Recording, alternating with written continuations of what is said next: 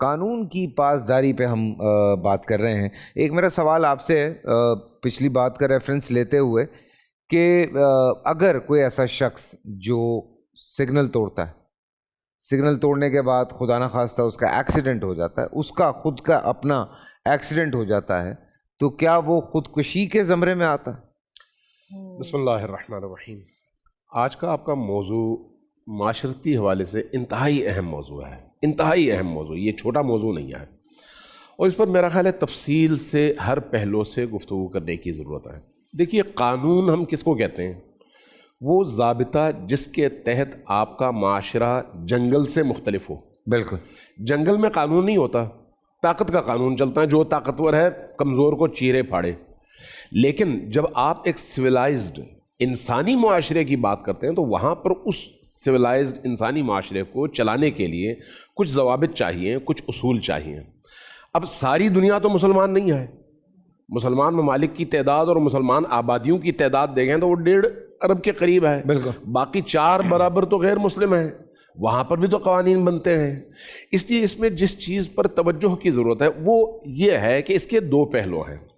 ایک ہے انسانوں کو ایک بہتر زندگی گزارنے کے لیے شریعت نے کون سے رستے معین کیے ہیں.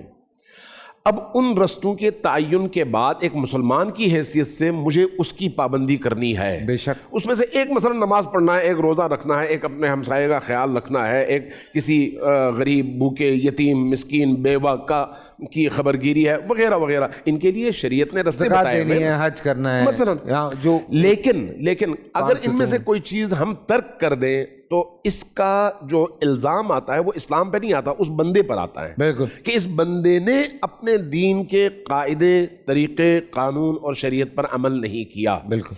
لیکن اب آپ جب اپنے معاشرے میں آتے ہیں تو معاشرے میں زندگی گزارنے کے لیے آپ کو بہت سارے معاملات میں قانون سازی کرنے کی ضرورت پڑتی ہے، جس کا اسلام نے صدر اسلام میں تصور نہیں تھا، چونکہ اس طرح کی ضرورتیں نہیں تھیں. جیسے جیسے معاشرہ آگے بڑھے گا ضرورتیں بڑھیں گی، ضرورتیں بڑھیں گی تو قوانین کی ضرورت پیش آئے گی، قوانین کی ضرورت پیش آئے گی تو آپ کو رجوع کرنا پڑے گا قرآن کی طرف، سنت کی طرف. اگر قرآن اور سوری میں آپ کی بات کاٹ رہا ہوں. جیسے ہم بات کرتے ہیں، اگر پاکستان میں آج سے 5-6 سال پہلے تک سائبر کرائم کے حوالے سے کچھ بھی نہیں تھا. اب یہ لیٹسٹ ایڈیشن ہے جو اس وقت کے لوگ ہیں ان کی آسانی کے لیے. اب جب آپ قرآن اور سنت کی طرف رجوع کریں گے تو 2 صورتیں ہیں. یا یہ کہ قرآن اور سنت میں اس کے حوالے سے واضح حکم ہے یا نہیں ہے. اگر نہیں ہے تو اشارے ہیں، اگر اشارے بھی نہیں ہیں تو تب آپ کیا کریں گے؟ تب آپ قانون بنائیں گے ایسا جو شریعت کے کسی بھی قانون سے ٹکرائے نہیں. ٹھیک ہے. اگر ایسا قانون آپ بناتے ہیں تو وہ قانون اسلامی ہے، یعنی اس پر آپ یہ نہیں کہہ سکتے یہ غیر اسلامی قانون ہے، وہ اسلامی ہے.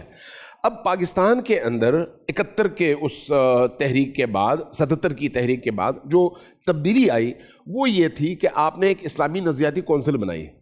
اسلامی نظریاتی کونسل کے وجود کا فلسفہ کیا تھا؟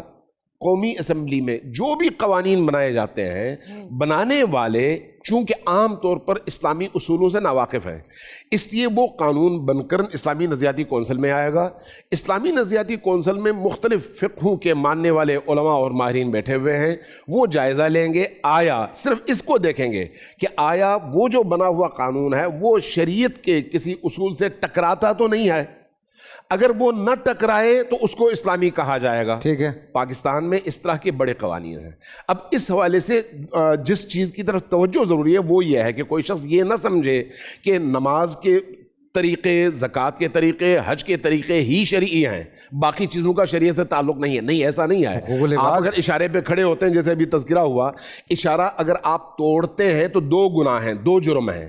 ایک جرم قانون کا توڑنا ہے، دوسرا جرم شریعت کی مخالفت ہے. اس لیے کہ شریعت بھی آپ کو کہتی ہے کہ معاشرے کے نظم و نسق کا خیال رکھنا آپ پر ضروری ہے. سبحان اللہ. اب اس کے لیے اگر قانون بنایا گیا ہے تو وہ شریعت کے آئینے میں بنایا گیا ہے.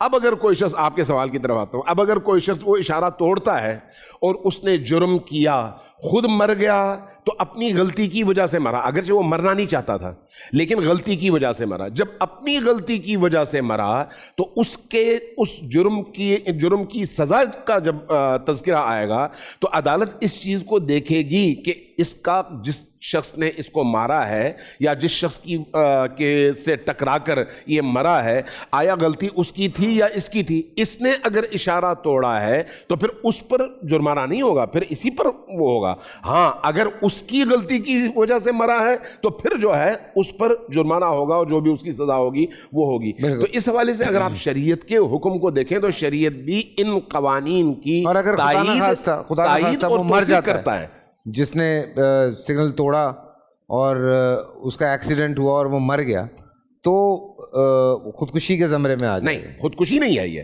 چونکہ اس نے یہ سوچ کر تو نہیں جا کے مارا کہ میں نے مرنا ہے. اچھا, اس نے غلطی کی ہے, اس قانون کو توڑا ہے.